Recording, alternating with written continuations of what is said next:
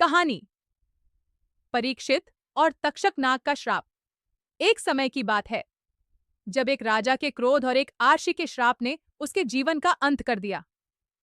यह कहानी है महाभारत के बाद के राजा परीक्षित और तक्षक नाग के श्राप की। राजा परीक्षित अभिमन्यु के पुत्र और पांडवों के वंशज थे। वे एक धर्मात्मा और न्यायप्रिय राजा थे। एक बार शिकार पर निकले परीक्षित को बहुत प्यास लगी।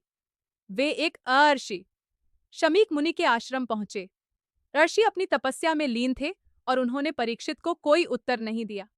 परीक्षित भूख प्यास से व्याकुल और आशी के मौन से क्रोधित होकर पास पड़े एक मरे हुए सांप को आशी के गले में डाल दिया और वहां से चले गए। जब शमीक मुनि के पुत्र श्रृंगी आर्षि लौटे और उन्होंने अपने पिता के गले में मरा हुआ सांप देखा तो वे अत्यंत क्रोधित हुए। श्रृंगी आर्षि ने तुरंत राजा परीक्षित को श्राप दिया कि उन्हें 7 दिनों के भीतर तक्षक नाग काटेगा और उनकी मृत्यु हो जाएगी। जब शमीक मुनि को इस श्राप के बारे में पता चला तो उन्हें दुख हुआ, लेकिन श्राप वापस नहीं लिया जा सकता था। राजा परीक्षित को जब श्राप के बारे में पता चला तो उन्होंने अपनी गलती स्वीकार की और अपना जीवन धर्मपूर्वक बिताने लगे। उन्होंने खुद को एक सुरक्षित स्थान पर कैद कर लिया और आर्षि मुनियों से ज्ञान प्राप्त करने लगे।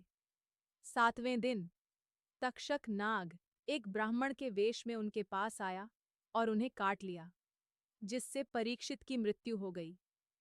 यह कहानी क्रोध के दुष्परिणाम, कर्मों के फल और नियति की अटल शक्ति को दर्शाती है।